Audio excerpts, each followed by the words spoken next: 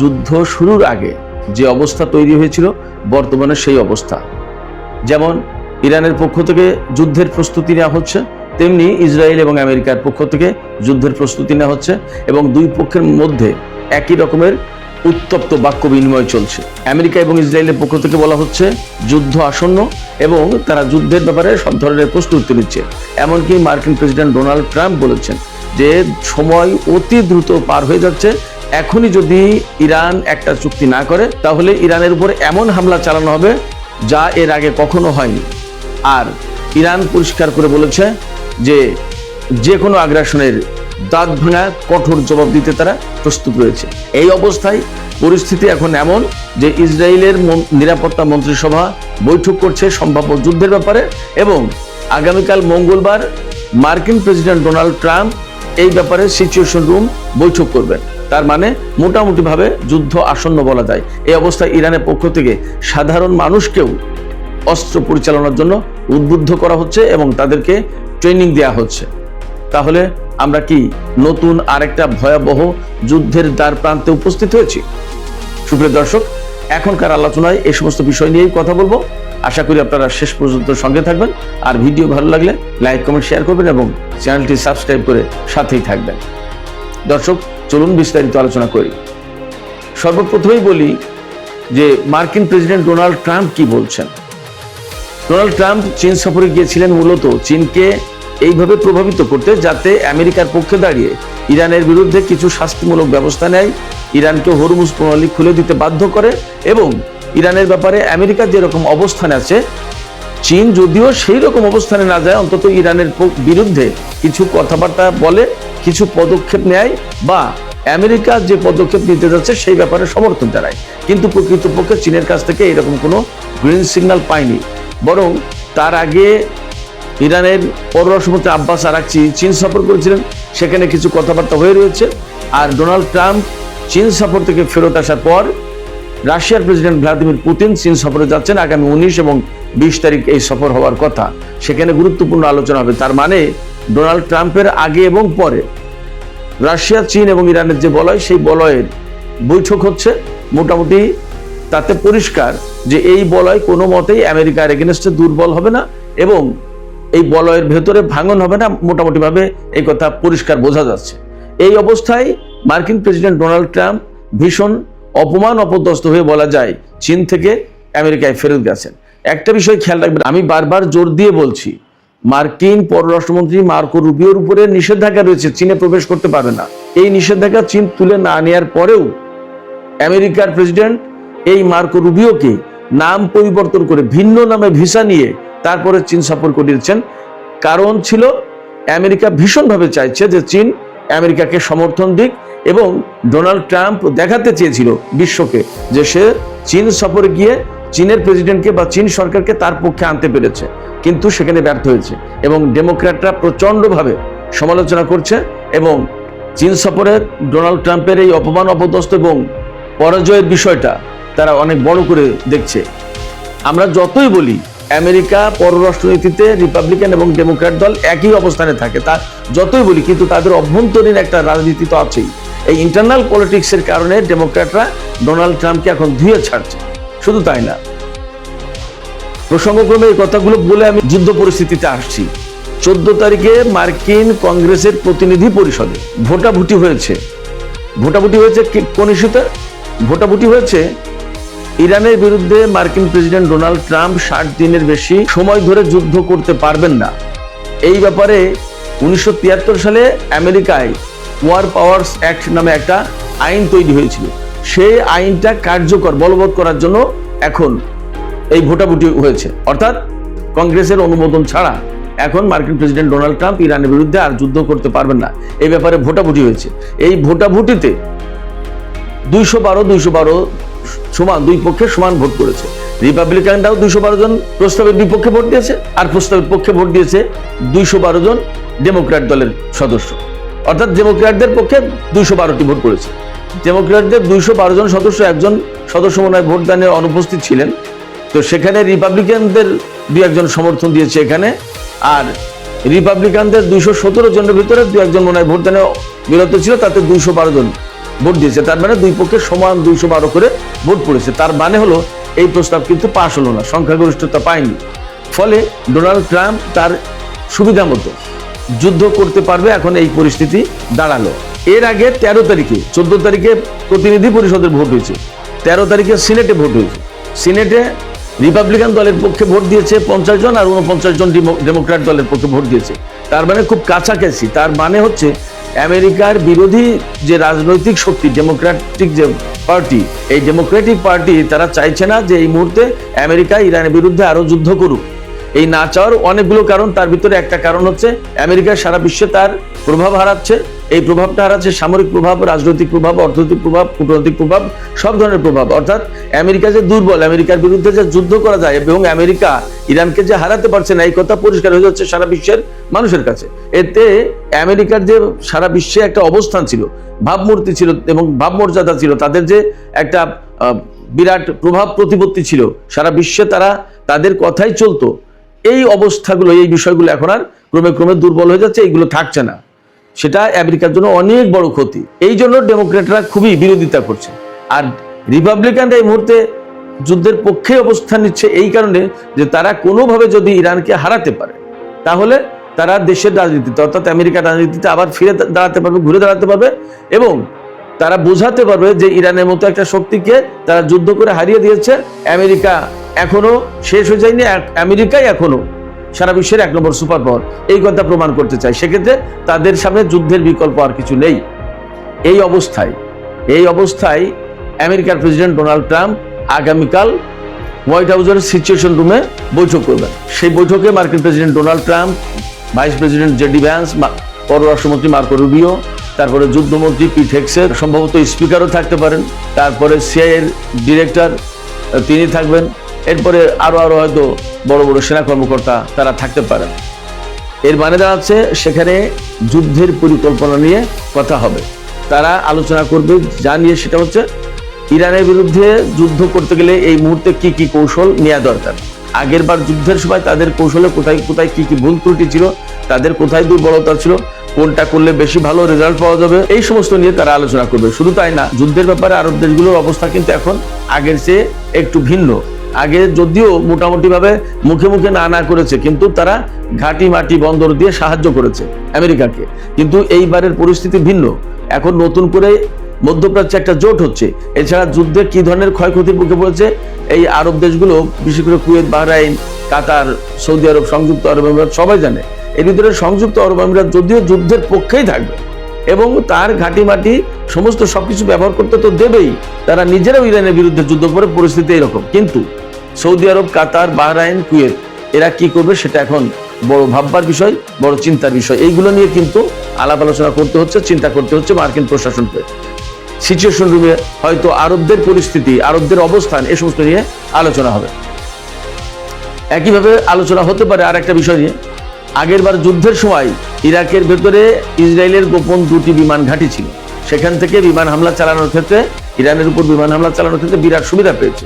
কিন্তু এবার সেই ঘাঁটি তো উচ্ছেদ করে দিয়েছে ইরান এবং ধরা পড়ে গেছে। এবং ইরান আগেরবার যুদ্ধের সময় যে সিচুয়েশন ফেস করেছে, এবার কিন্তু আপার হ্যান্ডে ইরান, এবং তারাও নিজেদের দুর্বলতা ইত্যাদি এগুলো সবকিছু পর্যালোচনা করেছে এবং সেইভাবে তারা প্রস্তুতি নিচ্ছে বা নিয়েছে। এই পরিস্থিতিতে আমেরিকা কি করতে পারে, তাদের কি করা উচিত, এবং দেশের ভেতরে যে সিচুয়েশন আছে, বিশেষ করে জনগণের পক্ষ থেকে বিরাট রকমের বিরোধিতা আছে যুদ্ধের ব্যাপারে। ডেমোক্র্যাটরা সবাই বিরোধিতা করছে। এরপরে সামনে নভেম্বরে মিড টার্ম ইলেকশন, এখন মে মাস আধা-আধি। এই যে সময়টা, এই সময়টাতে যুদ্ধ করলে মিড টার্ম ইলেকশনে যদি রিপাবলিকান দল খারাপ করবে তো বটেই, তারপরেও তারা হয়তো এইভাবে ভাববে যে যদি খারাপ করে তাহলে তাদের পরিস্থিতি কি দাঁড়াবে। ডোনাল্ড ট্রাম্প ইমপিচড হয়ে যেতে পারেন যদি ডেমোক্র্যাটরা প্রতিনিধি পরিষদে এবং সিনেটে সংখ্যাগরিষ্ঠতা লাভ করে। তাহলে ডোনাল্ড ট্রাম্প ইমপিচড হয়ে গেলে তাদের কোন পরিস্থিতি দাঁড়াবে, এবং রিপাবলিকানদের রাজনীতি ভীষণভাবে মার খেয়ে যাবে। এমনকি মেক আমেরিকা গ্রেট এগেন, মাগা আন্দোলন যেটা, সেই আন্দোলনের লোকজনও এখন অনেকেই ট্রাম্পের পক্ষে না, যুদ্ধের পক্ষে না। এই পরিস্থিতিতে নিজেদের দলকে কিভাবে সামাল দেওয়া হবে, জনগণকে কিভাবে সামাল দেওয়া হবে, বিশ্বে যে অর্থনৈতিক ক্রাইসিস তৈরি হয়েছে, আমেরিকার যে ভাবমর্যাদা ভীষণভাবে ক্ষুণ্ণ হয়েছে, এই সমস্তগুলো কিভাবে ম্যানেজ করা হবে, কিভাবে পুনরুদ্ধার করা হবে, এই সব কিছু ভাবতে হচ্ছে। এই সমস্ত সব কিছু নিয়েই আলোচনা হবে ওয়ার সিচুয়েশন রুমে, যুদ্ধ পরিস্থিতির যে রুম, যে মিটিং হবে আগামীকাল সেইখানে। এমনকি মার্কিন গোয়েন্দা কর্মকর্তা এবং সেনা কর্মকর্তাদের সাথে এই আলোচনাও হবে, ইরানের সাথে যুদ্ধ করতে গেলে কি লাভ, কি ক্ষতি, কি সম্ভাবনা, কি বিপদ, কি আপদ, আবার তারা কি কি ভাবে সুবিধা পেতে পারে, সমস্ত সবকিছু দিয়ে আলোচনা হবে। তার মানে মোটামুটি ভাবে আমি যা বুঝতে পারছি, আমেরিকার মার্কো রুবিও, পিট হেগসেথ এবং ডোনাল্ড ট্রাম্প এই তিনজন অবশ্যই যুদ্ধের পক্ষে কথা বলবে। এবং এখন যেহেতু সবই রিপাবলিকান দলের প্রভাবিত লোকজন, সেনাপ্রধান বা আধা তত্ত্ব কর্মকর্তা, সিআইএ প্রধান, সমস্ত সবকিছু তাদের পক্ষে, ফলে যুদ্ধের পক্ষেই হয়তো একটা রায় আসবে এবং যুদ্ধের পক্ষেই অবস্থান থাকবে। যদি তাই হয় তাহলে আমরা ধরে নিতে পারি আর একটা যুদ্ধ আসন্ন এবং যুদ্ধ শুরু হতে যাচ্ছে। এবং আমি যে বলছিলাম যে সারা বিশ্বের অর্থনৈতিক যে ক্রাইসিস, সেইটার ব্যাপারে একটা ছোট্ট তথ্য দিয়ে রাখি আমি আপনাদেরকে। আজকে আমি পাকিস্তানের ডন পত্রিকায় দেখলাম, এই পত্রিকায় মার্কিন কোনো পত্রিকার উদ্ধৃতি দিয়ে একটা রিপোর্ট করা হয়েছে, যেখানে বলা হচ্ছে এই যুদ্ধের কারণে, যুদ্ধ শুরু থেকে এই পর্যন্ত বিশ্বের 279টা কোম্পানি 25 বিলিয়ন, তার মানে $2,500 কোটি, আমাদের বাংলাদেশের রিজার্ভ হয়তো 2,500-3,000 কোটি ডলার আছে, এই $2,500 কোটি ক্ষতির মুখে পড়েছে বিভিন্ন কোম্পানি, এই জাহাজ কোম্পানি, এই সমস্তগুলো। এই যে পারস্য উপসাগর এবং হরমুজ প্রণীত বিভিন্ন কোম্পানির জাহাজ আটকে রয়েছে, তাদের বিমার খরচ বেড়েছে, নানা রকমের ব্যাপার। এখানে $2,500 কোটি ক্ষতি হয়েছে শুধু কয়েকটা কোম্পানি, 279টা কোম্পানি। এছাড়া সারা বিশ্বের তেল কোম্পানি, বিভিন্ন রকমের লেনদেন বাণিজ্য, বহু ব্যাপার স্যাপার আছে, গ্যাস তেল রিলেটেড, পৃথিবীর সমস্ত সবকিছুতে এর প্রভাব পড়েছে। তাহলে তার ক্ষতির মাত্রাটা কত? তার মানে বিশ্ব এই ক্ষতি বহন করছে, এই ক্ষতির চাপ মেনে নিতে বাধ্য হচ্ছে শুধুমাত্র আমেরিকার কারণে। এই আমেরিকা এবং ইসরায়েল যদি যুদ্ধ শুরু না করতো তাহলে তো এই অবস্থা তৈরি হতো না। এবং ইরানের সাথে আমেরিকা ইসরায়েলের যুদ্ধের আগে তো এই পরিস্থিতি ছিল না, তখন সবকিছু স্বাভাবিক ছিল। তখন $65 থেকে $70 ভিতরে 1 ব্যারেল তেল পাওয়া যাচ্ছিল। এখন সেই 1 ব্যারেল তেল $100 উপরে, $120, $26 পর্যন্ত উঠেছে কখনো কখনো। এরপরে বিভিন্ন দেশের স্টক এক্সচেঞ্জে, তারপরে স্বর্ণের দাম, এরপরে তেলের দাম, গ্যাসের দাম কোথায় কি হচ্ছে না হচ্ছে, কতটা অস্থিতিশীল পরিস্থিতি, সে খবর তো আমরা সবাই কম বেশি জানি। এই পরিস্থিতিতে আসলে পৃথিবীর মানুষ যুদ্ধ চায় না। এই বিষয়গুলো যেমন আমেরিকাকে মাথায় রাখতে হচ্ছে, আবার এটাও ঠিক যে আমেরিকা যে সিদ্ধান্ত নেবে সে তারা তাদের মতো করে সিদ্ধান্ত নেবে। বিশ্বের মানুষের কি আসলো, কি গেল, কি ভাবলো, কি চিন্তা করলো, এ নিয়ে আমেরিকা আসলে চিন্তা করে না। যদি চিন্তা করতো তাহলে পৃথিবীর বিভিন্ন দেশে দেশে তারা এইভাবে যুদ্ধ করতে পারতো না, এবং শান্তি প্রতিষ্ঠান নেবে, গণতন্ত্র প্রতিষ্ঠান নেবে, মানবাধিকার প্রতিষ্ঠান নেবে, লক্ষ লক্ষ মানুষ হত্যা করতে পারতো না। এক একটা যুদ্ধ হয় এবং কত মানুষ মারা যায় আপনারা বলুন। এই যে ইরানের যে কথা বলে যুদ্ধ শুরু করলো, ইরানে আমেরিকা কোন কথা বলে যুদ্ধ শুরু করেছিল? মূলত প্রথমে যে ইরানে গণতন্ত্র নেই, মানবাধিকার নেই, বিক্ষোভকারীদের দমন করা হচ্ছে, অমুক করা হচ্ছে, তমুক করা হচ্ছে, দেশের অর্থনীতি খারাপ, সরকার পারছে না, এই সরকার পরিবর্তন করে দিতে হবে, ইত্যাদি ইত্যাদি। কিন্তু শেষমেশ এখন কোথায় এসে দাঁড়িয়েছে? না সেই ইরানি জনগণের স্বার্থের কথা আছে, না সেই ইরানি জনগণের মানবাধিকারের কথা আছে, না কোনো কিছু আছে, বরং সাধারণ মানুষকে হত্যা করা হচ্ছে, স্কুলের বাচ্চাদেরকে হত্যা করা হচ্ছে। এবং এখন তারা পরমাণু কর্মসূচি নিয়ে ব্যস্ত। এই পরমাণু কর্মসূচি বন্ধ না করলে ইরানের বিরুদ্ধে আবার হামলা চালাবে। তার মানে কি? তার মানে হচ্ছে ওই যে কথা বলেছিল যে ইরানের গণতন্ত্র প্রতিষ্ঠা, মানবাধিকার প্রতিষ্ঠা, জনগণের অধিকার প্রতিষ্ঠা, জনগণকে সেভ করা, তাদের অর্থনৈতিক অবস্থা ভালো করা, এগুলো সবই আসলে ভুয়া মিথ্যা কথা ছিল। এগুলো ইরানের জনগণকে প্রভাবিত করে নিজেদের পক্ষে নেওয়ার একটা কৌশল ছিল। প্রকৃতপক্ষে এই সমস্ত সবকিছুর আড়ালে ছিল ইরানের সরকার পরিবর্তন করে সেখানে নিজেদের পছন্দ মতো একটা পুতুল সরকার প্রতিষ্ঠা করে মধ্যপ্রাচ্যকে তথা সারা বিশ্বকে নিয়ন্ত্রণের একটা পাকাপোক্ত ব্যবস্থা করা এবং গ্রেটার ইসরায়েল প্রতিষ্ঠা করা, নিউ মিডল ইস্ট প্ল্যান বাস্তবায়ন করা। কিন্তু ইরানের প্রতিরোধের মুখে আসলে তা হয়নি। এখন এই পরিকল্পনা বাস্তবায়ন না করলে ইসরায়েলের জন্য সমস্যা, আমেরিকার জন্য সমস্যা। আমেরিকার জন্য সমস্যা, বিশেষ করে রিপাবলিকান অবশ্যই ক্ষমতা হারাবে এবং সারা বিশ্বে আমেরিকার যে ভাবমূর্তি ক্ষুণ্ণ হলো, যে প্রভাব প্রতিপত্তি ধ্বংস হয়ে গেল, এইটা আর কখনো তারা ফিরে পাবে না।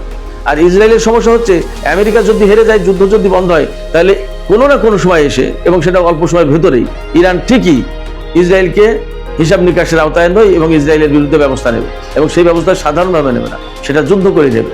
ইসরায়েলের উপর অবশ্যই ইরানের পক্ষ থেকে বড় রকমের হামলা হবে এবং মধ্যপ্রাচ্যে ইরানের যে সহযোগী যোদ্ধা গোষ্ঠীগুলো আছে তারা ইসরায়েলের উপর ঠিকই হামলা চালাবে। তখন ইসরায়েলের এই অবস্থা থেকে বাঁচতে ইসরায়েলও যুদ্ধ করতে চায়, আমেরিকাও যুদ্ধ করতে চায়। এই পরিস্থিতিতে ইরান কি বলে? ইরানের জেনারেলরা, ইরানের কমান্ডাররা বলছেন, এবং ইরানের বর্তমানে যে সর্বোচ্চ নেতা তিনিও বলেছেন, বা ইরানের প্রেসিডেন্ট, সরকার এবং সংসদ সব জায়গা থেকে পরিষ্কার করে বলা হচ্ছে যে এবার যদি বিন্দু বিসর্গ হামলা হয়, কোন রকমের হামলা হয়, তাহলে কয়েকটা কাজ হবে। কঠোর জবাব তো হবেই, এবং তারা বড় বড় ক্ষেপণাস্ত্র এবং নতুন নতুন চমক দেয়া অস্ত্র ব্যবহার করবে। পাশাপাশি একদম পরিষ্কার করে বলে দিয়েছেন ইরানের জাতীয় নিরাপত্তা এবং পররাষ্ট্রনীতি বিষয়ক সংসদীয় কমিটির মুখপাত্র ইব্রাহিম রেজাই, তিনি পরিষ্কার করে বলে দিয়েছেন যে এবার যদি হামলা হয় তাহলে ইরান অবশ্যই 90 মাত্রায় ইউরেনিয়াম সমৃদ্ধ করবে। এবং আপনারা সবাই জানেন, আমরা বহুবার বলেছি, 90 মাত্রায় ইউরেনিয়াম সমৃদ্ধ করা মানেই পরমাণু বোমা বানানো, এবং পরমাণু বোমা বানানো মানে সেটা খেলা করার জন্য না, কাউকে শান্তির নিদর্শন হিসেবে উপহার দেওয়ার জন্য না, সেটা যুদ্ধের জন্য ব্যবহৃত হবে। এবং আমেরিকা, ইসরায়েল যদি ইরানের বিরুদ্ধে এই ধরনের কোনো পদক্ষেপ নিতে চায়, ইরান পাল্টা ব্যবস্থা নেবে, ইরান ছেড়ে দেবে না। এবং ইরানের যে মিত্র দুই দেশ রাশিয়া এবং চীন, তারা ছাড়বে না। এবং এরই মধ্যে হরমুজ প্রণালী খুলে দেওয়ার ব্যাপারে জাতিসংঘ নিরাপত্তা পরিষদে নতুন করে আবার খসড়া প্রস্তাব উত্থাপন করেছে। এটার উপরে এখনো ভোটাভুটি হয়নি, ভোটাভুটি হবে। এই ব্যাপারে রাশিয়া এবং চীন, এই ডোনাল্ড ট্রাম্প সফর শেষ করার পরে রাশিয়া এবং চীন পরিষ্কার করে বলে দিয়েছে এই খসড়া প্রস্তাব এখন নিরাপত্তা পরিষদে আমেরিকা এবং বাহরাইনের পক্ষ থেকে উত্থাপন করা ঠিক হয়নি, এটা উপযুক্ত সময় না, এবং এর বিরুদ্ধে নিশ্চিত থাকুন চীন এবং রাশিয়া ভেটো দেবে।